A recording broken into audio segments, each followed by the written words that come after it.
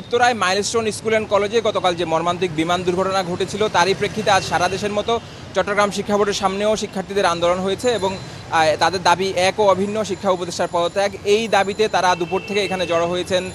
অনেকক্ষণ ধরে তারা এখানে গেটে তালা লাগিয়ে দিয়েছেন বলে তাদের দাবি এবং শিক্ষা বোর্ডের যে কর্মকর্তারা ছিলেন তারা ভেতরে অবরুদ্ধ ছিলেন অনেকক্ষণ এবং এখানে এখন পরিস্থিতি অনেকটাই শান্ত।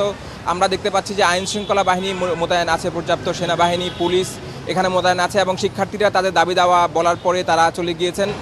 তবে এই মুহূর্তে তারা 24 ঘন্টার জন্য আলটিমেটাম বেঁধে দিয়েছেন যে 24 ঘন্টার জন্য আলটিমেটাম দিয়ে শিক্ষা উপদেষ্টা যেন এই পদে আর না থাকে এবং তারা দাবি করছেন শিক্ষা উপদেষ্টাকে সরিয়ে দিতে হবে। এছাড়া শিক্ষার্থীরা নিরাপদ যে যাদের স্কুল আছে সেটা নিরাপদ করার জন্য তারা দাবি জানাচ্ছেন। শিক্ষার্থীরা দাবি জানাচ্ছেন যে আইন শৃঙ্খলা বাহিনী যেন তাদের সঙ্গে কোনো ধরনের দমনপীড়ন না করে। এই ধরনের বিভিন্ন দাবি তারা জানিয়ে আসছেন। তবে মূল দাবি কিন্তু শিক্ষা উপদেষ্টার পদত্যাগ।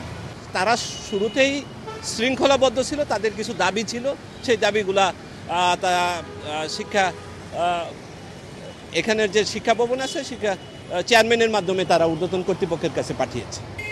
তো আমাদের মাঠে ছিল, তাদেরকে আমরা বুঝিয়েছি। ছাত্ররা আজকের মতো তারা রাস্তা ছেড়ে দিয়েছে।